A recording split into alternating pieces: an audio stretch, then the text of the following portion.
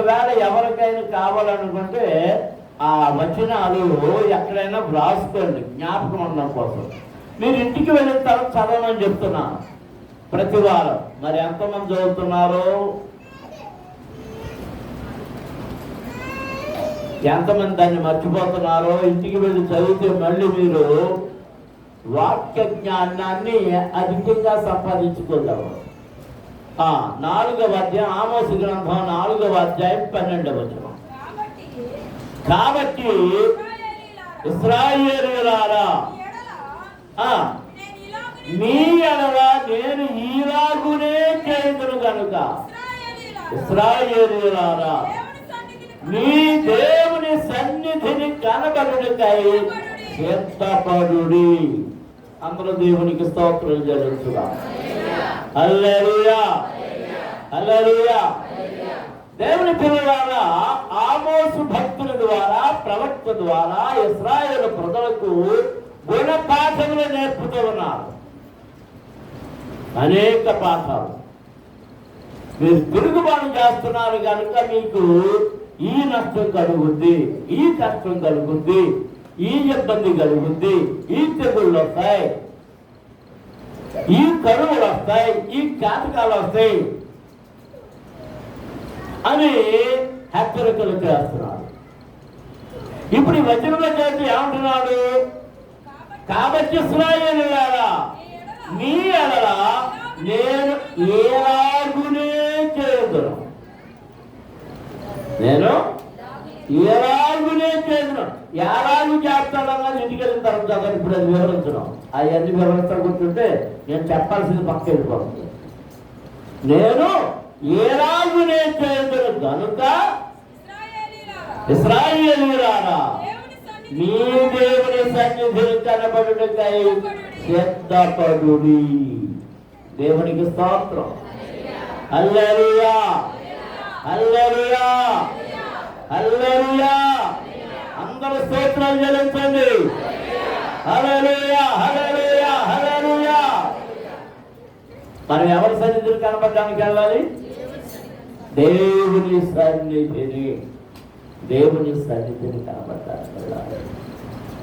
మరి దేవుని సన్నిధికి కనబడడానికి వెళ్ళినప్పుడు మనము ఎలాగూ ఉండాలి? ప్రతి ఆదివారం వస్తున్నాం. ఈ రోజు ప్రత్యేకమైన ఆదివారం. ఏ ఆదివారం ఇది? ఏ ఆదివారం? ప్రభువు యొక్క రొట్టెను విరుచు ఆదివారం. అంటే ఆ రొట్టె ప్రభువు శరీరం అని ఎంచి దానిని విరిచి భుజించుటకు. దేవునికి స్తోత్రం. ఎందుకంటే మనం ఒకసారి కొరింథీ పత్రిక, మొదటి పత్రిక చూడండి, దాన్ని ఎందుకు విరుస్తున్నాం అనే దాన్ని అది రాయబడింది.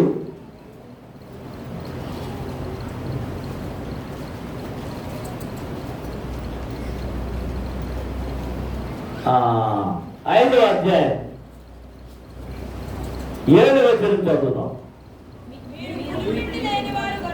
మీరు పులిపిండి లేని వారు కనుక క్రొత్త ముద్ద అగుటకై ఆ పాతదైన పులిపిండిని తీసి పారవేయుడి.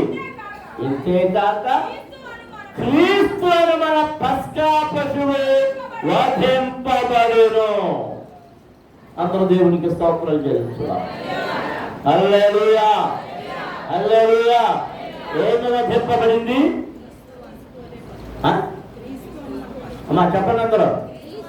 క్రీస్తు అను పస్కా పశువు వధింపబడెను.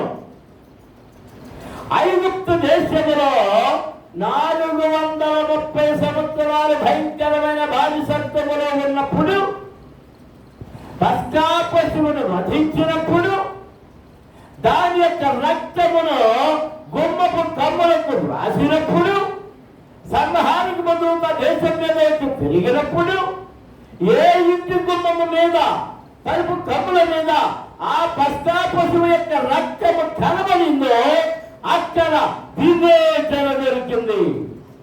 లేని వారందరి ఇళ్లలో ఏం వినబడింది? మహారోదన, మరణము వారి ఇళ్లలోనికి ప్రవేశించింది. పాపము వలన వచ్చు జీతము మరణము. అందరూ దేవునికి స్తోత్రాలు చెల్లిస్తున్నాం. హల్లెలూయా. అక్కడ ఐగుప్తు దేశంలో ఆ పశ్చాత్తాప శోధించబడుట ద్వారా ఫరో వీరిని తమ దేవుడిని పూజించుకోవడానికి వెళ్ళడానికి సెలవు ఇచ్చాడు. లేక సెలవు ఇవ్వకపోయాడు. ఎప్పుడు వారు అక్కడి నుండి బయలుదేరి వచ్చేయడం ప్రారంభించారు. దేవునికి స్తోత్రం. అందరూ స్తోత్రాలు చెల్లించుదాం. హల్లెలూయా. ఇప్పుడు చెప్పండి, మన పస్కా పశువు ఎవరు? అది మాట్లాడలేదు. ఎంత వాళ్ళందరూ చెప్పాలి.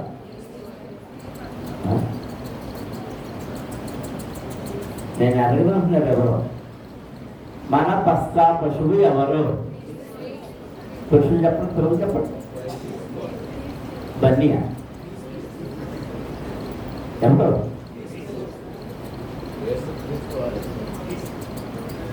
వెనకాల పురుషులు చెప్పండి,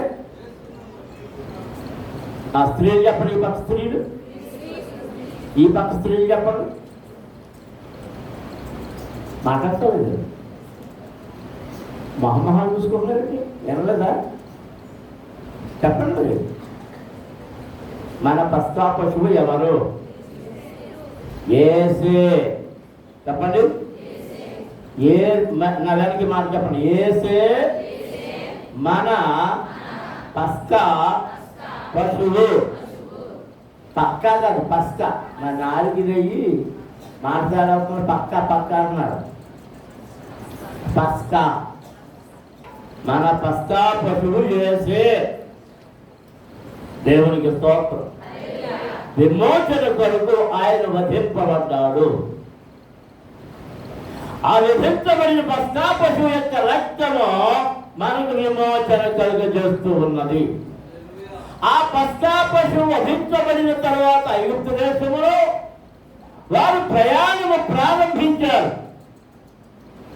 ఎక్కడికి? వాగ్దానపు దేశానికి. ఎక్కడికి? వాగ్దానపు దేశంలో ఏముందంటున్నాడు ఆయన? పాలు తేనెలు ప్రవహిస్తాయి. పాలు తేనెలు ప్రవహించే స్థలానికి నేను మిమ్మల్ని తీసుకుని వెళ్తున్నాను అంటున్నాడు. దేవునికి స్తోత్రం. అందరూ స్తోత్రాలు చెల్లించుదాం.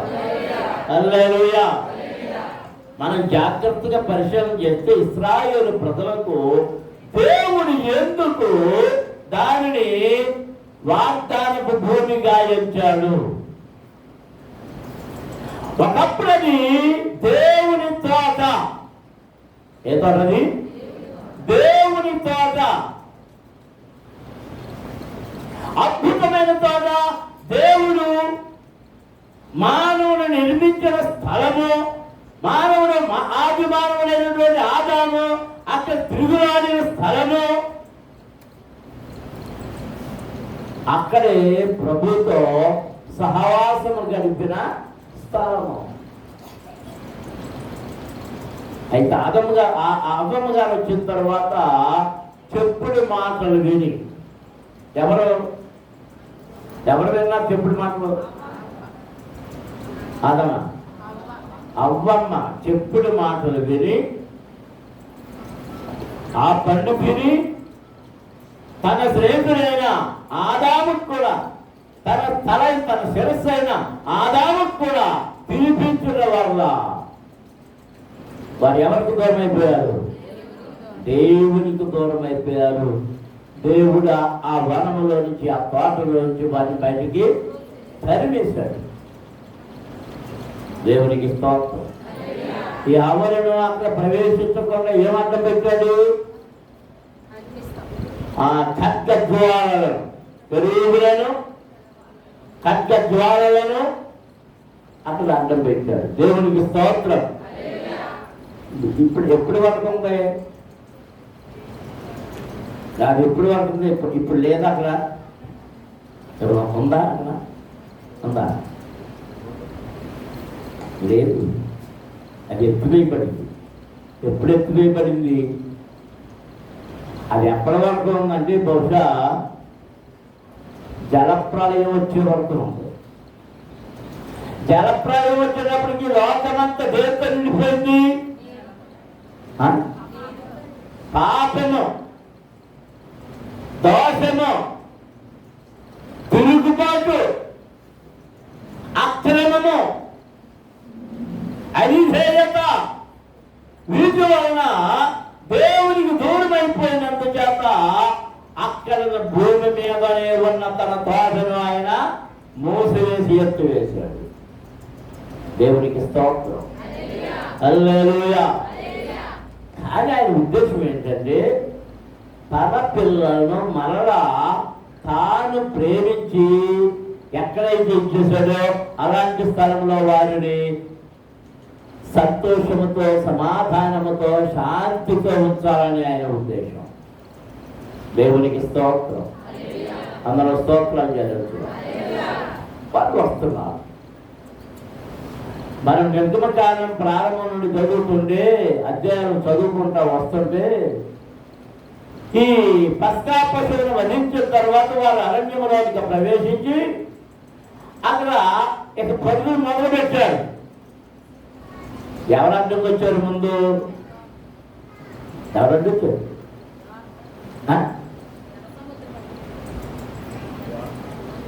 లోపల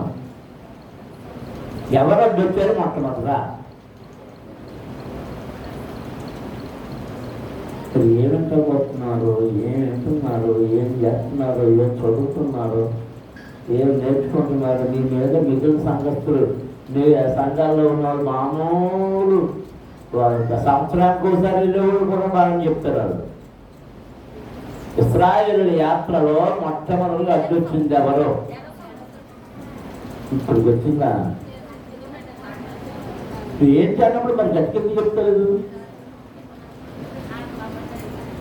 ఎర్ర సముద్రం అడ్డొచ్చింది. ఇంకా ఆటంకాలు, వాటిని దాచుకోవడం, ఆటంకాలు దాచుకోవడం, ఆటంకాలు దాచుకోవడం. సాతానుడు ఆటంకం కలిగిస్తే దేవుడు వాటి మీద వారికి జయమిచ్చాడు. దేవునికి స్తోత్రం, హల్లెలూయా. అందరూ స్తోత్రాలు చెల్లించుదాం. హల్లెలూయా, హల్లెలూయా, హల్లెలూయా. మా చిన్నప్పుడు చక్కని పాట ఉండేది. ఇప్పుడు ఏదో ముచ్చటి పాటలు. జయం పొందేదా మనము, జయం పొందేదా, యేసు రక్తం ద్వారా మనం జయం పొందేదా. మా అప్పది కూడా మర్చిపోయినట్టుంది. ఇది ఎక్కడ ఉందని దొరుకుతుంది లేదా? పాడవే. దేని ద్వారా జయం పొందుదాం? యేసు రక్తము ద్వారా. దేవునికి స్తోత్రం, హల్లెలూయా. ఇప్పుడు మనం 19వ అధ్యాయంలోకి వచ్చేటప్పటికి నిర్గమకాండం 19వ అధ్యాయం చూడండి. నిర్గమకాండం 19వ అధ్యాయం మొదటి నుండి చదువుతాం.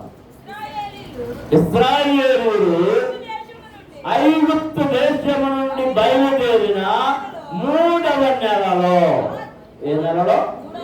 3వ నెలలో వారు బయలుదేరిన నాడే 3వ నెల ఆరంభ దినమందే వారు సీనాయి అరణ్యమునకు వచ్చింది. దేవునికి స్తోత్రం. ఎందుకు వచ్చారు? అందరూ చెప్పాలి. సీనాయి అరణ్యమునకు.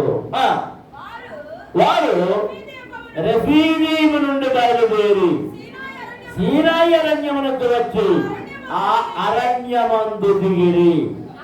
అక్కడ ఆ పర్వతం ఎదుట ఇశ్రాయేలీయులు విడిది చేశారు. ఏ పర్వతం ఎదుట? ఏ పర్వతం?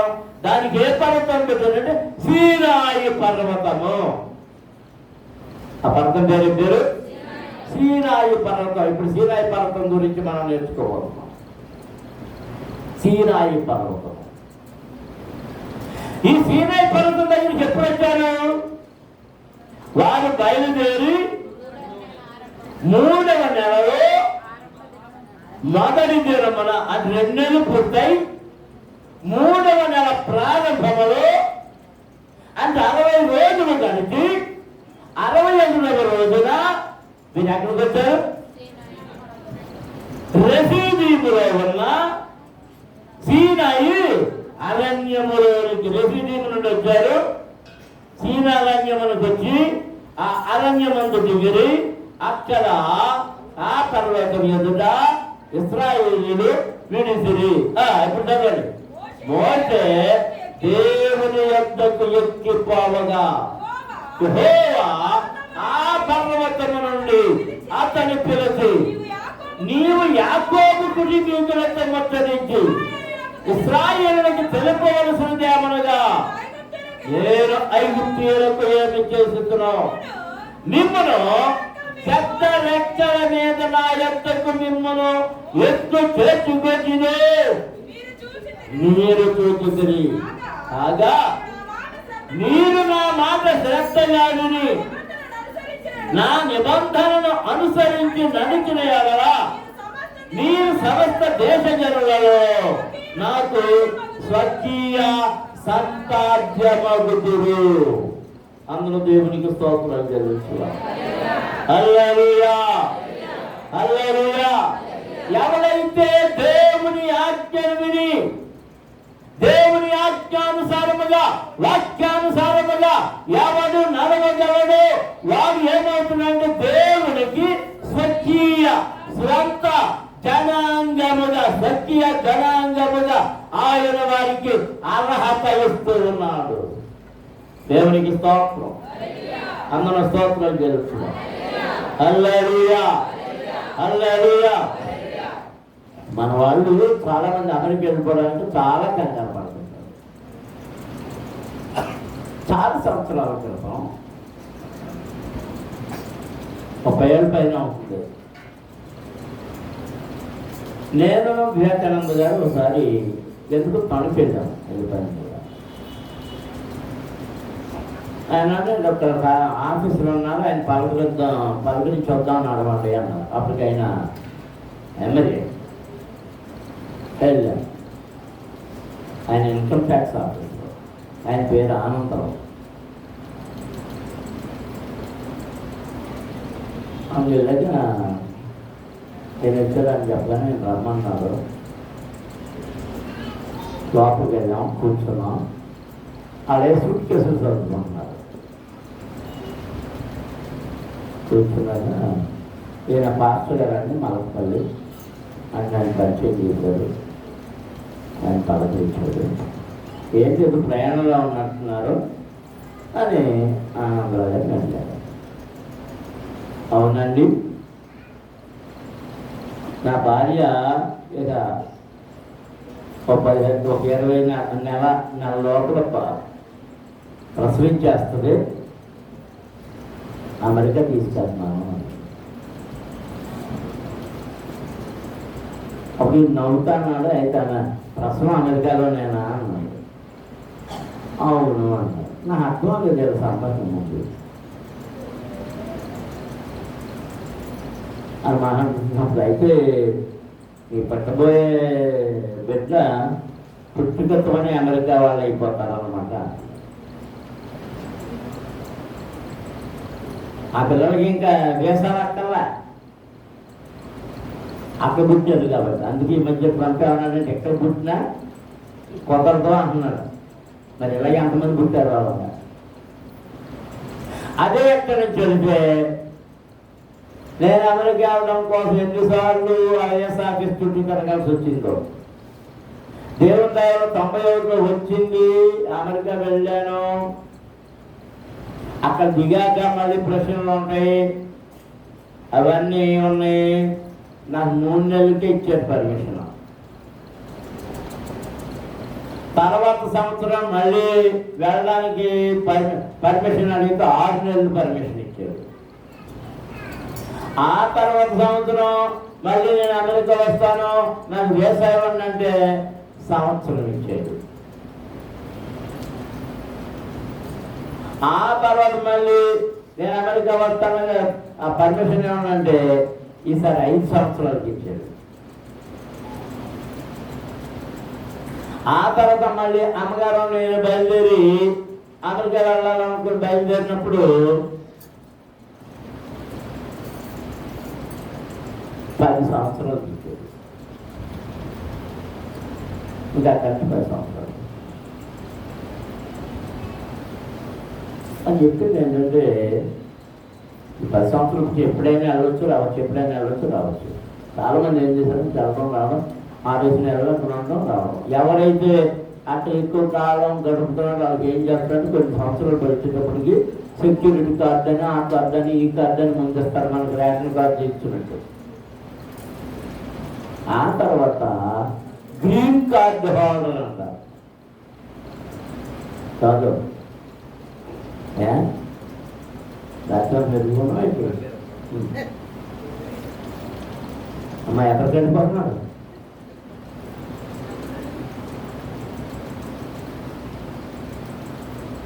ఇక ఆ తర్వాత కొంతకాలానికి ఏమవుతుంది, గ్రీన్ కార్డు వచ్చిన తర్వాత మళ్ళీ కొన్ని సంవత్సరాల తర్వాత అంటే అమెరికన్ పౌరుడు అంటారు, పౌరసత్వం చేస్తారు.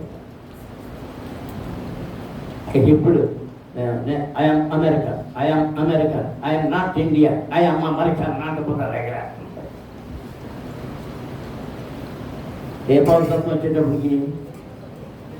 కానీ మీరు ఉందో లేదో నాకు తెలవదు, కానీ నాకు పౌరసత్వం ఉంది. ఆ పౌరసత్వం పేరు ఎప్పుడు తెలుసా?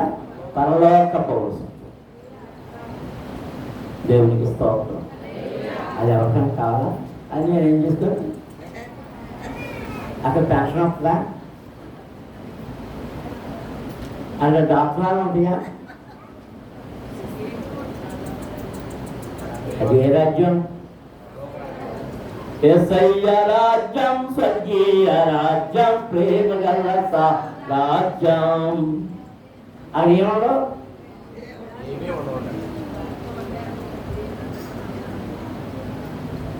ఇది అనుమానంగా చూస్తున్నారు. నేను తీసుకెళ్తాను రా అంటే ఎంతమంది వస్తారు అనుకోవా?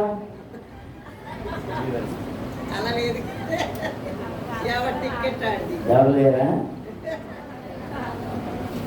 నా కూర వస్తానికి ఎంతమంది రెడీ ఉన్నారు? అదే చెప్పిపోతున్నాడు. నా కూర తీసుకుంటాను. దేవునికి స్తోత్రం. హల్లెలూయా. ఇశ్రాయేలీయులు 3వ నెలలో మొదటి దినమున సినాయి పర్వత ఆ దగ్గరలో వారు విడిది దిగారు. వీరక్కడ జరగానే దేవుడు ఎవరితో మాట్లాడడం మొదలుపెట్టాడు? ఎవరితో మాట్లాడాడు? మోషేతో.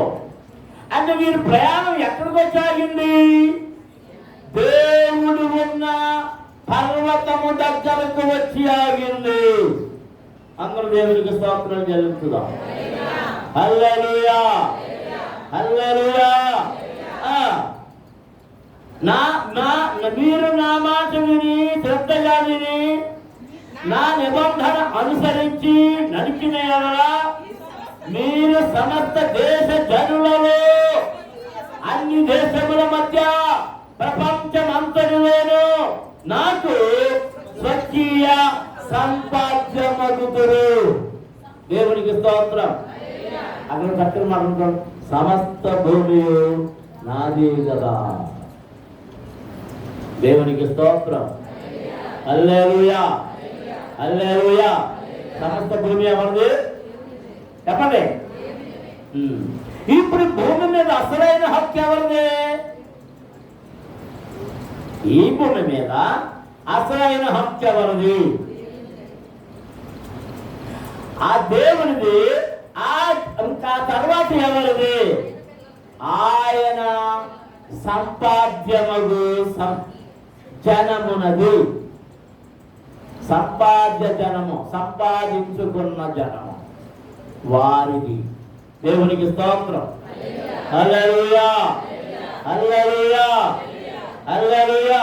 మీరు నాకు యాజక రూపమైన రాజ్యముగాను పరిశుద్ధమైన జనముగాను ఉందని చెప్పుము. ప్రజల పెద్దలను పిలిపించి యెహోవా తనకు ఆజ్ఞాపించిన ఆ మాటలన్నీ వారి ఎదుట తెలియపరిచెను. అందుకు ప్రజలందరూ యెహోవా చెప్పినదంతా చేసమని ఏకముగా ఉన్నారు. అప్పుడు మోషే తిరిగి వెళ్ళి ప్రజల మాటలను యెహోవాకు తెలియజేసెను. యెహోవా మోషేతో, ఇదిగో నేను నీతో మాట్లాడినప్పుడు ప్రజలు విని నిరంతరము నీ యందు నమ్మకం ఉంచునట్లు నేను కారు మబ్బులలో నీ యొద్దకు వచ్చేదనని చెప్పాను. మోషే ప్రజల మాటలను యెహోవాతో చెప్పగా యెహోవా మోషేతో, నీవు ప్రజల యొద్దకు వెళ్ళి నేడును రేపును వారిని పరిశుద్ధపరచును. జాగ్రత్తగా మాటలు జాగ్రత్తగా గుర్తు పెట్టుకోవాలి, వినాలి, వాటిని అండర్లైన్ లో చేసుకోవాలి. కావలిస్తే రాసుకోండి, ఇంటికి వెళ్ళిన తర్వాత మళ్ళీ చదవండి. నీవు ప్రజల యొద్దకు వెళ్ళి నేడును రేపును వారిని పరిశుద్ధపరచును. వారు తమ బట్టలు ఉదుగుకొని ఏం చేయాలి?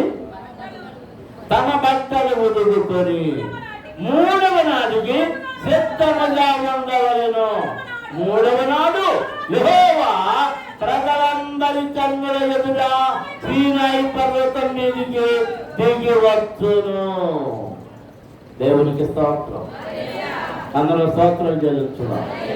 హల్లెలూయా, హల్లెలూయా. మోషే వాళ్ళతో చెప్పు, నేను దిగి రాబోతున్నాను, నేను మిమ్మల్ని దర్శించబోతున్నాను, నేను మీతో మాట్లాడబోతున్నాను. ఎలా మాట్లాడతానంటున్నాడు? కారు మబ్బులలో నుండి. ఎక్కడి నుంచి? కారు మబ్బులలో నుండి. దేవునికి స్తోత్రం. ఇక్కడ నాకు ఒక్కోసారి అనుమానాలు వస్తుంది. వీళ్ళు ఎన్ని సంవత్సరాలు నడిచారు? అరణ్యంలో ఎన్ని సంవత్సరాలు నడిచారు? ఎక్క ఏమో తెలవదంటుంది. ఎన్ని సంవత్సరాలు నడిచారు? 40 సంవత్సరాలు పైగా నడిచారు. దీపాలు ఉన్నాయా? లేవు. దీపాలు వెలిగించుకునే పని లేదు. వంట చేసుకుంటారు కానీ పంట పండించారా? లేదు. ఎక్కడి నుంచి వచ్చింది? పరలోకపు ధాన్యం. దీంతో నాకు ఒక ప్రశ్న వచ్చింది. నీళ్ళు వీళ్ళు ఎక్కడియో, నీళ్ళు ఎక్కడ ఉన్నాయో, ఒకవేళ నీళ్ళు లేకపోతే సన్నిగితే ఎక్కడి నుంచి వచ్చే నీళ్ళకే పంటలోంచి వచ్చేసి. దేవునికి స్తోత్రం. అంటే వీళ్ళ ప్రయాణంలో అసలు వర్షం కురిసిందా లేదా?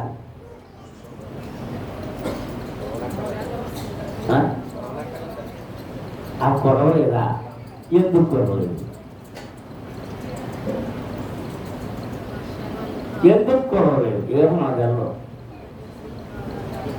కురిస్తే ఎటు పారిపోవాలో 6 లక్షల కాల్పలం వీళ్ళకున్న చిన్న చిన్న ట్యాంకులు. ఆ ఎడారిలో ఆ ఇసుక మీద పడుకుంటున్నారు. ఆ ట్యాంకులో ఎంతమంది పడతారు?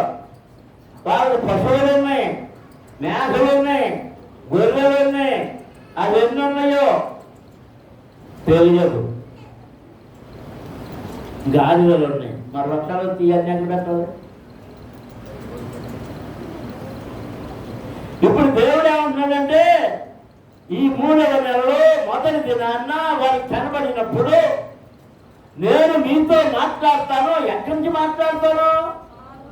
కారు మబ్బులలో. కారు మబ్బులు గట్టి అంటే ఏమవుతుందని, పొద్దున్న ఏమవుతుందని మనం చాలా సంతోషపడిపోయి కొట్టేస్తాం చూసాం.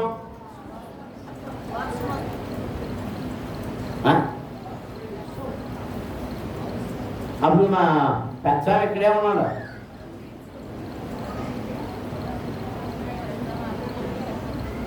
ఇలా కళ్ళు చూసిన ఎంతలో ఎలా ఉన్నారు కనపడకుండా. అయితే దేవుడు ఎక్కడి నుంచి మహాత్మ అంటున్నాడు? కారు కారు మబ్బులలో నుండి నేను నీతో మాట్లాడాను. దేవునికి స్తోత్రం. హల్లెలూయా. ఒకవేళ నీకు భయం వస్తుందా? మబ్బులు వేసినప్పుడు వర్ష భయము, పిడుగుల భయము, ఆ భయము, ఈ భయము, అలాంటి భయాల్లో, అలాంటి ఆపదల్లో, అలాంటి కష్టాల్లో, నష్టాల్లో, ఈ బాధల్లో, రుణ బాధల్లో నీవు ఉన్నప్పుడు దేవుడు నీతో మాట్లాడడానికి ఆయన సిద్ధపడుతున్నాడు. ఆయన మాట్లాడడానికి, ఆయన చూడడానికి నీవు సిద్ధపడాలి. దేవుడు అది చెప్తున్నాడు. నా ప్రజలతో చెప్పు, 3వ నాడు నేను కనబడతాను. ఎప్పుడు? 3వ నాడు ఏం చేశాడు కదా? కనబడలేదు. ఎక్కడ? 3వ నాడు లేస్తానని ముందే చెప్పాను. 3వ నాడు లేస్తానని ముందే చెప్పాను.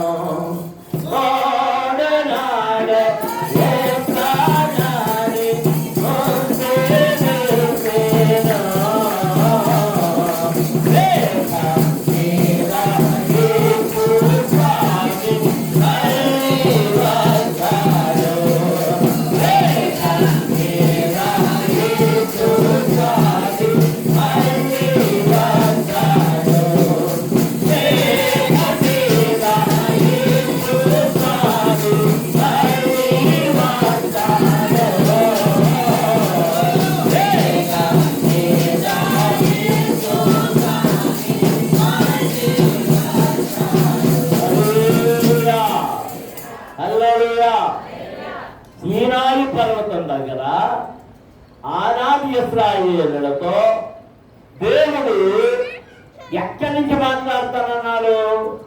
కారు మబ్బులలో నుండి.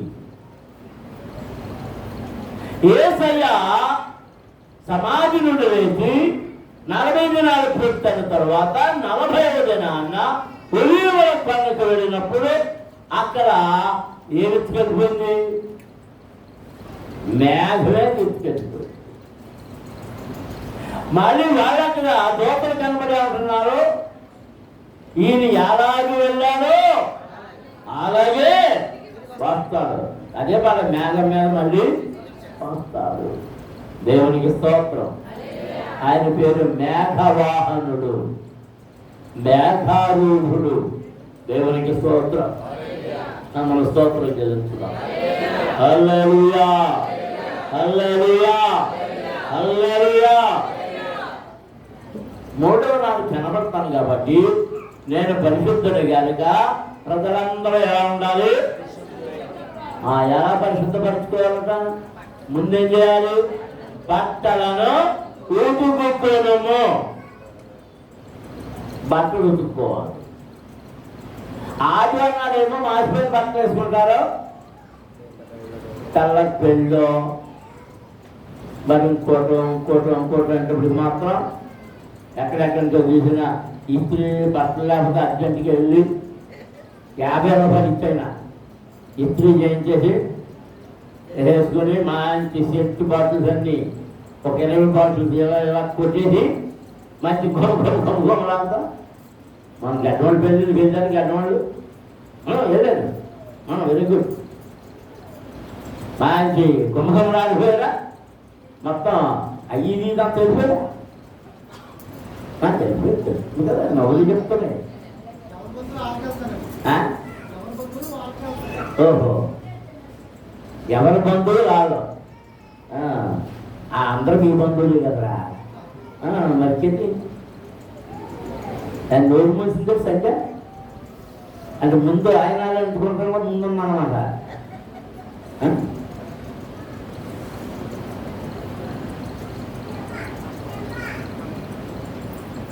3 దినాలు సిద్ధపడాలి. 3 రోజులు టైం ఇచ్చాడు ఆయన సిద్ధపడడానికి. ముందేం చేయాలట? నేడును రేపును వారిని పరిశుద్ధపరచు. వారు తమ బట్టలు ఉతుక్కొని 3వ నాటికి సిద్ధముగా ఉండవలెను. 3వ నాడు యెహోవా ప్రజలందరి కన్నుల ఎదుట సీనాయి పర్వతం మీదకి దిగివచ్చును. సీనాయి పర్వతం మీదకి దిగివచ్చును. దేవునికి స్తోత్రం. హల్లెలూయా, హల్లెలూయా. దేవుడు దిగి వచ్చిన పర్వతము, దాని గురించి అక్కడ రాయబడి చూడండి. నీవు చుట్టూ ప్రజలకు మేరను ఏర్పరచి, మేర అంటే హద్దులు ఏర్పరచి మీరు ఈ పర్వతము ఎక్కవద్దు. ఏ పర్వతం? దేవుడు దిగే పర్వతమైన సీయోను పర్వతానికి మీరు ఎక్కకూడదు. దాని అంచును ముట్టవద్దు. భద్రము సుని, ఈ పర్వతము ముట్టు ప్రతివానికి మరణ శిక్ష తప్పక విధింపబడేను. దేవుని మాట వినకుండా ఎవరైనా ఏమన్నా ఉందేమో చూద్దామంటా, ఈ కథ చూద్దామంటా, ఆ పర్వతం దగ్గర నుంచి వెళితే కనుక ఏం పడితే మరణ శిక్ష. ఎవరినో దాన్ని చేతుతో దాన్ని ముట్టకూడదు.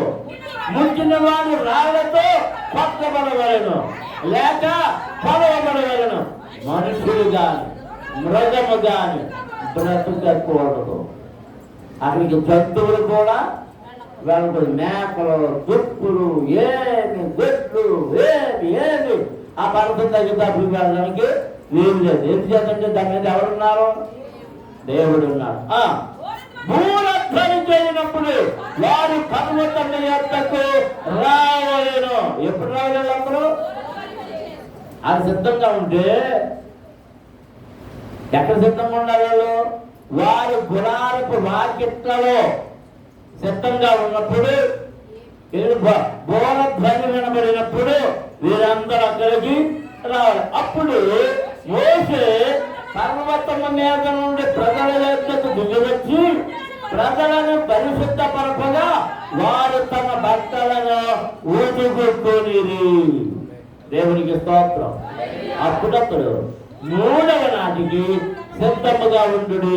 ఏ పురుషుడు స్త్రీని చేరకూడదని చెప్పాను. దేవుని చూడటానికి వెళ్ళేటప్పుడు, దేవుని దర్శించడానికి వెళ్ళేటప్పుడు, దేవుని యామక దినం వరకు ఏ స్త్రీ కానీ ఏ పురుషుడు కానీ ఒకరినొకరు సమీపించకూడదు. వారు సంసారం చేయకూడదు. ఎలా ఉండాలి? పరిశుద్ధంగా పవిత్రంగా స్నానం చేయాలి. నీళ్లు కనుకమని ఎంతగానో స్నానం చేయట్లేదు. ఎవరో దేవుని దర్శించే ముందు వీరేం చేయాలి? తప్పకుండా స్నానం చేయాలి. ఎన్ని రోజులు స్నానం చేయాలి? ఆ ముందు రోజులు, ఆ 2 రోజులు స్నానం చేయవలసిందే. 3వ రోజు కూడా ఉదయాన్నే స్నానం చేయవలసిందే. ఈ 2 రోజులు 3 రోజులు ఎవరు సంసారాలు చేయడానికి వెళ్ళలేదు. ఎందుకంటే ఎవరిని చూడబోతున్నారు? దేవుణ్ణి చూడబోతున్నారు. దేవుడు వారికి ప్రత్యక్షం కాబోతున్నాడు. దేవునికి స్తోత్రం. హల్లెలూయా, హల్లెలూయా. ఇదిగో దేవుని ప్రత్యక్షత కొరకు మనం చూసేటప్పుడే, దేవుని ప్రత్యక్షత కొరకు చెప్పేటప్పుడు మనం పరిశుద్ధముగా ఉండాలి, పవిత్రముగా ఉండాలి. ఇదిగో ఈ రోజు ఆయన శరీరమును విరిచే రోజు, ఆయన రక్తం తినే రోజు, ఆయన రక్తమును పానము చేసే రోజు. మనం ఎంత పవిత్రంగా ఉండాలంటే 3 దినాల నుండి ఉపవాసం ఉన్నా మంచిదే. మిమ్మల్ని మీరు శుద్ధి చేసుకోవాలి, స్నానం చేస్తూనే ఉండాలి. సంసారం చేయడానికి వీలు లేదు. ఎందుకు? ఎవరిని సమీపించబోతున్నారు? దేవుని పరిశుద్ధుడైన వారి శరీరమును తినడానికి సమీపించబోతున్నారు. దేవునికి స్తోత్రం. హల్లెలూయా. 3వ నాడు ఉదయమైనప్పుడు ఆ పర్వతము మీద ఉరుములు, మెరుపులు, సాంద్ర మేఘము, బోర యొక్క మహాధ్వనియు కలుగగా కాలములోని ప్రజలందరూ వణికిరి. దేవునికి స్తోత్రం. హల్లెలూయా, హల్లెలూయా. ఏం మోగిందట? ఏమోగింది?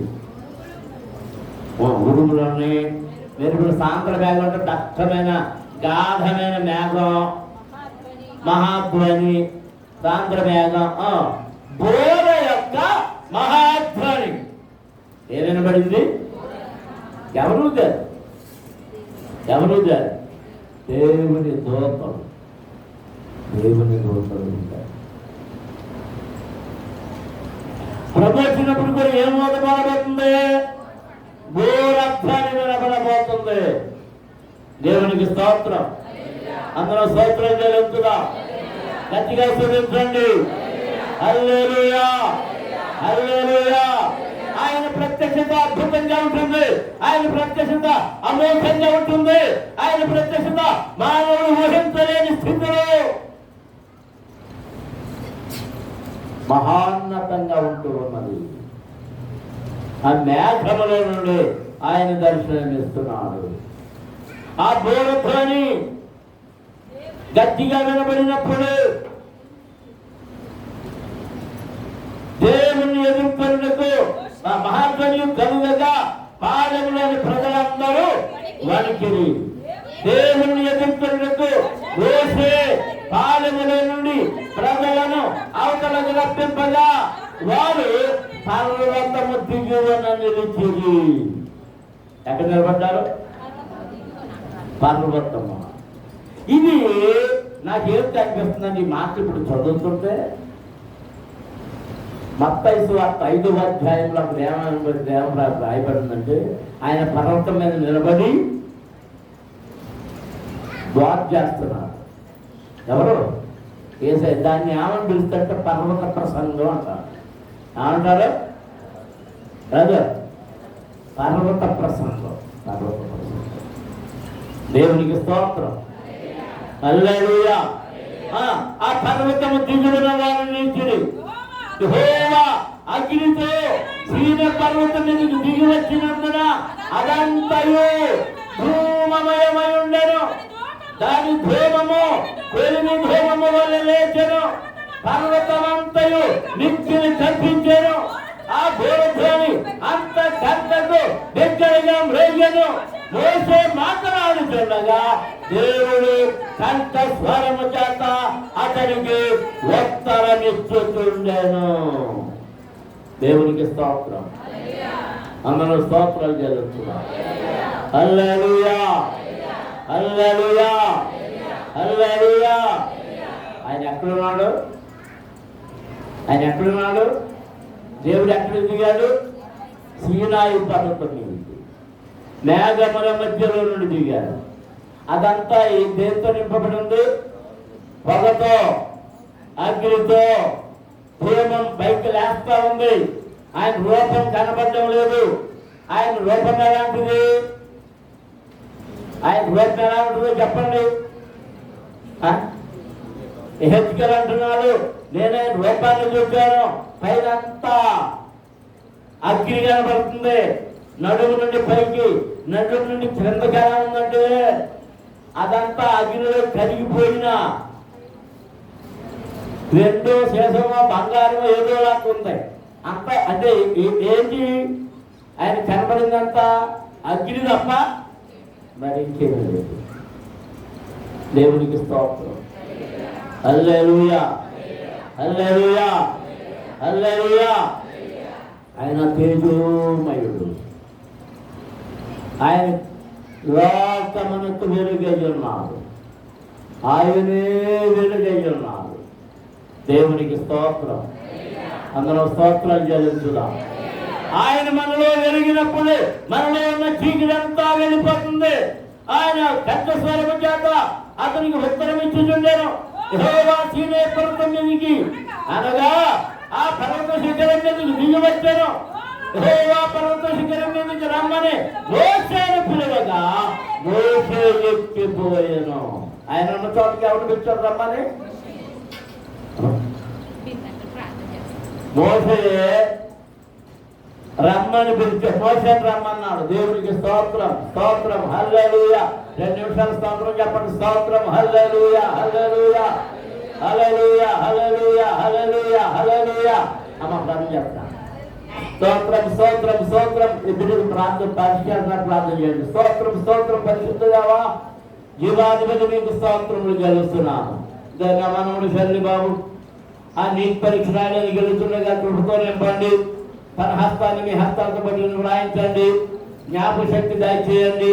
ప్రతి ప్రశ్నకు సరైన జవాబులు రాసి టాప్ స్కోర్ తెచ్చుకొని స్కోర్ చేసిన ఆయన అన్నింటిలో సీట్ సంపాదించుకొని ఆయన మంచి మెడిసిన్ చదివిన వాడై, ఉన్నత చదువులు చదివిన వాడై, అనేక మందికి వైద్యం చేసి మీ నామాన్ని మహిమపరచులాగున బిడ్డ కృప దయచేయమని, జ్ఞాపక శక్తి దయచేయమని, ఇదే పరీక్ష రాయడానికి వెళ్ళే స్థలంలో తోడుగా ఉండండి, ప్రయాణంలో తోడుగా ఉండండి. దాని తన హస్తాన్ని మీ హస్తాలతో పట్టుకుని వ్రాయించండి. మేలు దేవుని దయచేయమని, మేము మేలుకరమైన వార్తలు వినే కృప దయచేయమని యేసు నామమున అడుగుతున్నాము తండ్రి, ఆమేన్. విశ్వాసంగా చేస్తున్నానా? దేవునికి స్తోత్రం, హల్లెలూయా. ఇదిగో సీనాయి పర్వతాన్ని జ్ఞాపకం చేసుకోండి. దేవుడి దిగి వచ్చినప్పుడు కాలు మేఘాలు దిగి వచ్చినాయి. మేఘాలతో పని ఏమవుతుందంటే ధూమము, ధూమమనగా పొగ లేస్తా ఉంది, అగ్ని లేస్తా ఉంది. ఆ మహాభూర ధ్వని, ఏ ధ్వని వినబడింది? బోరధ్వని, బోరధ్వని. ఆ బోరలో ఎవరు ఊపుతున్నారు? మనుషులు ఊదిన బోరలా కాదు, దేవుని మహాదోతలు ఊదుతున్నారు. ఆయన అక్కడికి వెళ్ళిన దోతల ముందుగా వెళ్ళి బోర శబ్దాన్ని చేస్తూ ఉంటారు. దేవునికి స్తోత్రం, అందరం స్తోత్రం జరుగుతుందా? హల్లెలూయా, హల్లెలూయా, హల్లెలూయా. ప్రజల చూచులకు యెహోవా యొద్దకు హద్దు మీరు వచ్చి వారు అనేకులైన చెప్పకుండులకు నీవు దిగిపోయి వారికి ఖండితముగా ఆజ్ఞాపించను. మరియు యెహోవా వారి మీద పడుకున్నట్లు యెహోవా యొద్దకు చేరు యాజకులు తమను తామే పరిశుద్ధ పరచుకొనవలెనని మోషేతో చెప్పగా, ప్రజలతో పాటు ఎవరు కూడా పరిశుద్ధపరచుకోవాలి? యాజకులందరూ. ఆయన సన్నిధిలో పనిచేసే, యాజకత్వం చేసే పరిశుద్ధులైన ఆ యాజకులు కూడా వాళ్ళు పరిశుద్ధులుగానే పవిత్రంగానే వెళ్తారు, శుద్ధి చేసుకునే వెళ్తారు. అయినను వారు కూడా ఏం చేయాలట? పరిశుద్ధపరచుకోవాలి. ప్రజలు సీనాయి పర్వతము ఎక్కలేరు. ఏం చేయలేరు? సీనాయి పర్వతం ఎక్కలేరు. ఎందుకంటే అక్కడ ఎవరున్నారు? దహించు అగ్ని ఉన్నారు.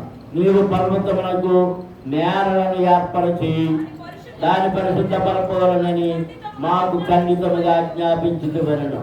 అందుకు యెహోవా నీవు దిగి వెళ్ళును, నీవును నీతో అహరోనును ఎక్కి రావలెను. దేవునికి స్తోత్రం. ముందు ఎవరెక్కి వెళ్ళారు దేవుని దగ్గరికి? మోషే వెళ్ళాడు. మోషేతో మాట్లాడిపోయింది. మళ్ళీ దిగి వెళ్ళిపో, ప్రజల దగ్గరికి వెళ్ళిపో. ఆ ప్రజలు నా పర్వతం దగ్గరికి రావడానికి వీళ్ళేది. ప్రజలు పర్వతం దగ్గరికి వస్తే చేస్తారు. కాబట్టి ఇప్పుడు వెళ్ళిపోయి నువ్వు మళ్ళీ రా. వచ్చినప్పుడు ఎవరిని తీసుకురా? అహరోనును. అయితే యెహోవా వారి మీద పడుకున్నట్లు యాజకులను ప్రజలను ఆయన యొద్దకు వచ్చుటకు నేరను మీరకూడదు, ఆయన వారి మీద పడినేమో అని అతనితో చెప్పగా మోషే ప్రజల యొద్దకు వెళ్ళి ఆ మాట వారితో చెప్పాను. దేవునికి స్తోత్రం, హల్లెలూయా, హల్లెలూయా. నీకేమర్థమైంది? దేవుడిని చూడాలనుకుంటే దేవుడు ఉన్న స్థలములోనికే వెళ్ళవలేను ఎవడైనాను. దేవుడున్న స్థలానికి వెళ్ళాలనుకుంటే ముందుగా 3 రోజులు తమ్మును తాము శుద్ధిపరచుకోవలేను. తమ బట్టలన్నీ ఉతుక్కొనవలెను, తమ దేహములన్నీ శుద్ధి చేసుకొనవలెను. తమను తాము శుద్ధి చేసుకోవాలి, తమ హృదయాలు శుద్ధి చేసుకోవాలి, తమ బ్రతుకులు శుద్ధి చేసుకోవాలి. దేవునికి స్తోత్రం, హల్లెలూయా, హల్లెలూయా. అందరూ మాకరించండి, మాకరించండి. దేవా నేను నిన్ను చూతులాగున నన్ను శుద్ధి చేయి, నన్ను శుద్ధి చేయి, నన్ను శుద్ధి చేయి, నన్ను శుద్ధి చేయి ప్రభువా. అని ప్రభువుని అడగండి. స్తోత్రం. హల్లెలూయా, హల్లెలూయా, హల్లెలూయా, హల్లెలూయా. ఆయన మనకు దర్శనమిచ్చినప్పుడు ఆయన బోర శబ్దం మనకు వినపడుతూ ఉన్నది. ఆయన రూపం కనబడదు, అగ్ని వలె మెరుస్తూ ఉంటాడు. ఆయన అగ్ని వలె కనబడుతున్నాడు. ఆ దర్యాపులకు వెళ్ళిన వాడు ఎవరైనా కాల్చి వేయబడతాడు. వాడు కష్టాలే కానీ బ్రతకడు. ఎందుకంటే సమీపించలేని తేజస్సును కలిగి ఉన్నవాడు. స్తోత్రం. హల్లెలూయా, హల్లెలూయా, హల్లెలూయా, హల్లెలూయా. స్తుతించండి, స్తుతించండి, స్తుతించండి. హల్లెలూయా, హల్లెలూయా, హల్లెలూయా, హల్లెలూయా, హల్లెలూయా. స్తోత్రములయ్యా, స్తోత్రములయ్యా, స్తోత్రములయ్యా, స్తోత్రములయ్యా. హల్లెలూయా, హల్లెలూయా, హల్లెలూయా, హల్లెలూయా, హల్లెలూయా. అందరూ చేతుల పైకి ఎత్తాలి. అందరూ మాట్లాడుతుండాలి. మీ చేతుల పైకి ఎత్తండి. దేవునితో చెప్పుకోండి, దేవునితో చెప్పుకోండి. హల్లెలూయా, హల్లెలూయా, హల్లెలూయా. నేను నిన్ను చూడాలనుకుంటున్నానయ్యా. నా హృదయం నేను చూడాలనుకుంటున్నాయా. నా దేహం నేను చూడాలనుకుంటున్నాయా. నాయనా నేను నిన్ను చూడాలనుకుంటున్నాను, నేను నిన్ను చూడాలనుకుంటున్నాను. చెప్పండి దేవునితో. దేవా నన్ను చూడని నాయన, నిన్ను చూడని నాయన. నిన్ను చూసే కవులు నాకు దయచేయ్యా. నీ స్వరాన్ని వినే చెవులు నాకు దయచేయి నాయన. హల్లెలూయా, హల్లెలూయా, హల్లెలూయా, హల్లెలూయా, హల్లెలూయా, హల్లెలూయా, హల్లెలూయా, హల్లెలూయా, హల్లెలూయా, హల్లెలూయా, హల్లెలూయా, హల్లెలూయా, హల్లెలూయా, హల్లెలూయా. స్తోత్రం, స్తోత్రం, స్తోత్రం. ఆయన స్వరము గంభీరమైనది, ఆయన స్వరము మధురమైనది, ఆయన స్వరము పర్వతములను ప్రకటించేటటువంటిది. ఆయన స్వరము సముద్రమును ఆయనగా చీల్చేటటువంటిది. ఆయన స్వరము శక్తి గలది. ఆయన స్వరము నిన్ను బాగు చేయగలిగింది. ఆయన స్వరము నీ ఆటంకాలను తొలగించేది. నీకు సహాయం చేసేది ఆయన స్వరం. ఆయన స్వరమును వినడానికి నీవు సిద్ధంగా ఉండు. ఆయన స్వరాన్ని వినడానికి నీవు సిద్ధంగా ఉండు. స్తోత్రం. హల్లెలూయా, హల్లెలూయా, హల్లెలూయా, హల్లెలూయా, హల్లెలూయా. సన్న స్వరమానా నీవెప్పుడైనా విన్నావా? ఏ సన్న స్వరమానా ఏదేనో తోటలో ఆదాము జయగా చిరకే.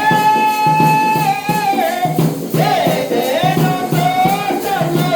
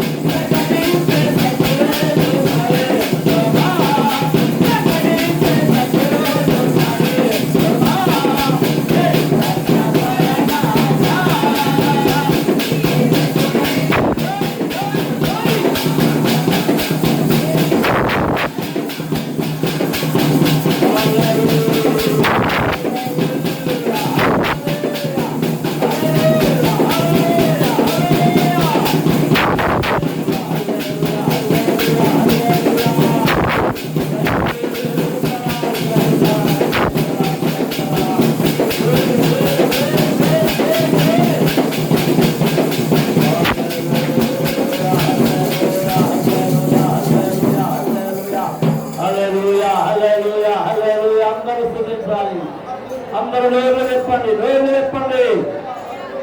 హల్లెలూయా హల్లెలూయా హల్లెలూయా హల్లెలూయా హల్లెలూయా హల్లెలూయా హల్లెలూయా హల్లెలూయా హల్లెలూయా హల్లెలూయా హల్లెలూయా. స్తోత్రములయ స్తోత్రములయ స్తోత్రములయ.